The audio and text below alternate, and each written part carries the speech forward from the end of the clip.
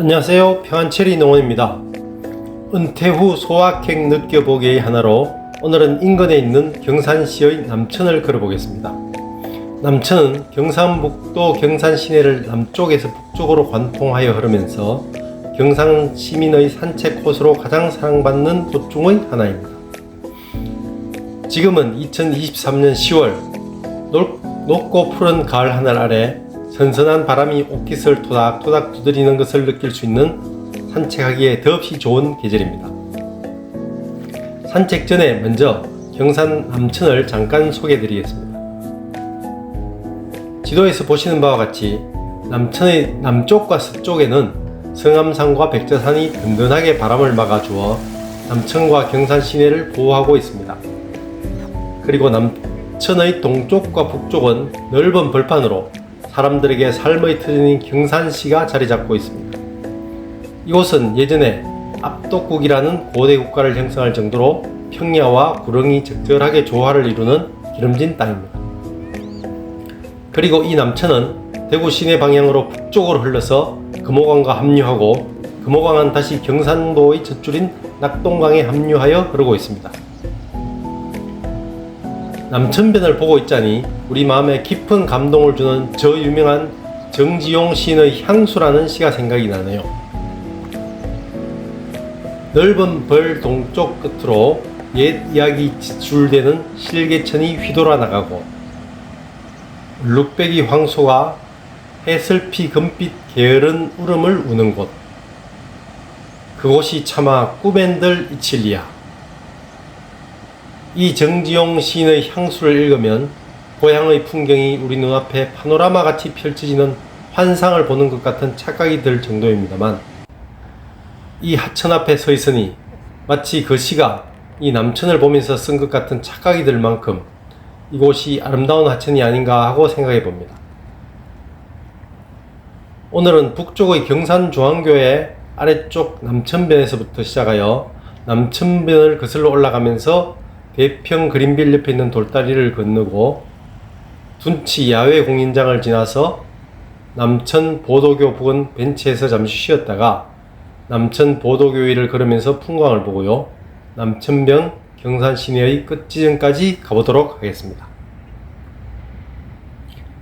저는 예전에 직장 다닐 때 머리가 지끈지끈 아프게 야근을 마치고 나서 한밤중에 어디 갈 곳이 없을 때 가끔 남천을 산책하곤 했습니다. 왜냐하면 이곳은 밤 11시에 걸어도 도심 한가운데이기 때문에 치안에 문제가 없었고요. 또 호젓하게 혼자서 걸으면서 남의 방해를 받지 않으면서 조용히 생각도 할 수 있고요. 또 과로로 피곤한 육체를 위해 산책하는 운동이 적절하기에 이곳을 걷는 것을 참 좋아했습니다. 지금은 대평 그린빌 아파트 옆의 돌다리를 지나고 있는데요. 물이 콸콸콸 흐르는 것을 보니 참으로 답답한 속이 뻥 뚫리는 것 같은 시원함을 느낍니다. 돌다리는 가지런히 잘 정비되어 있습니다. 그 옛날 시골에 얼기설기 놓여있던 자연석으로 된 돌다리를 건너다가 고무신이 벗겨져서 물에 빠지곤 했던 그런 류의 돌다리를 걷는 정취는 지금 없습니다만, 역시 돌다리를 걷는 것에는 묘한 쾌감이 여전히 있습니다. 그냥 길을 걷는 것과는 다르게 하나의 돌을 디디고 다음 돌다리로 나아간다는 것은 과거를 뒤로 하고 미래로 성큼성큼 나아가는 것 같은 느낌이 느껴지고요. 돌 사이에 흐르는 물이 돌과 돌을 구분하여 주듯이 과거의 아픈 기억들은 시간이라는 물로 흘려보내고 밝은 미래로 나간다는 느낌이어서 그런지 왠지 모르게 돌다리를 건너면 그냥 길을 걷는 것보다는 훨씬 기분이 좋고 경쾌해집니다. 길을 걷다 보니 어느덧 남천 보도교 옆까지 왔는데 벤치에 앉아 잠시 쉬어가겠습니다. 벤치에 앉아서 흐르는 땀을 닦고 있으면 일순간 마음속에 있는 정화되지 않는 잡생각들, 걱정들에서 자유로워지는 경우도 있습니다. 이것도 산책의 즐거움의 하나이겠지요. 요즘 사람들이 말하는 일명 멍 때리기를 하기에 딱 좋은 상황인 것이죠. 저도 최근 멍 때리기가 사람들에게 꼭 필요한 행위이겠구나 하고 느끼고 있습니다.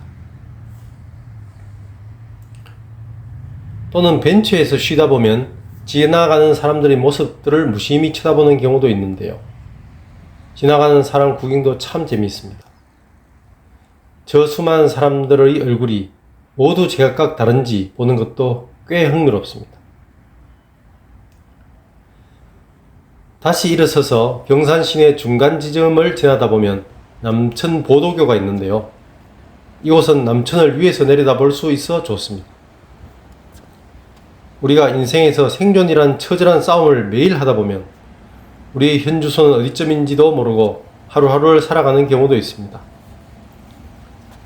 그럴 때는 마치 이 보도교 위에서 남천을 내리다 보듯이 나의 삶을 약간 떨어진 곳에서 제 3자의 시각으로 관조하는 것도 좋겠다 하고 생각해 보았습니다. 이렇게 길을 걷다 보니 고등학교 교과서에서 나온 미국의 근대 시인인 로버트 프로스트의 가지 않은 길이라는 시가 생각나네요. 프로스트가 20대 중반에 변변한 직업 없이 시러에 빠져있던 시기에 쓴 시라고 하는데 고등학교 시절 저는 그 시를 참 인상 깊게 읽었던 기억이 납니다. 단풍던 숲속에 두 갈래 길이 있었습니다. 로 시작하는 시입니다.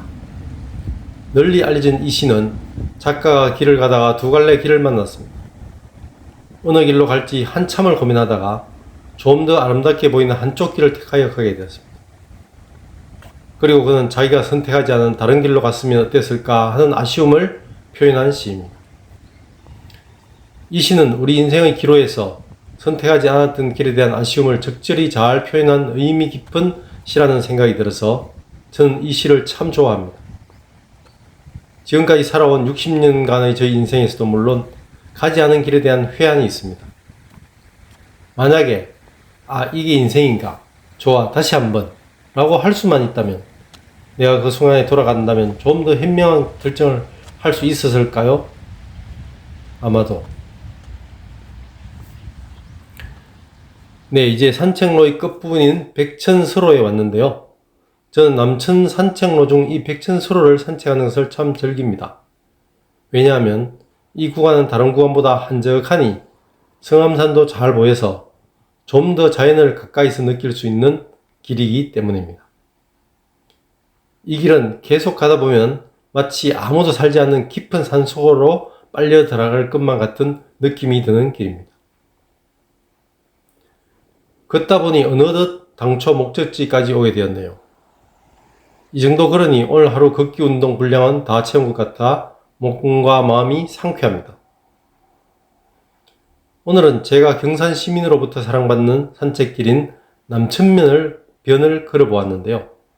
여러분들도 이 황금 계절에 인근에 있는 작은 오솔길이나 하천변의 소로를 여유롭게 걸어보시기를 적극 추천드립니다.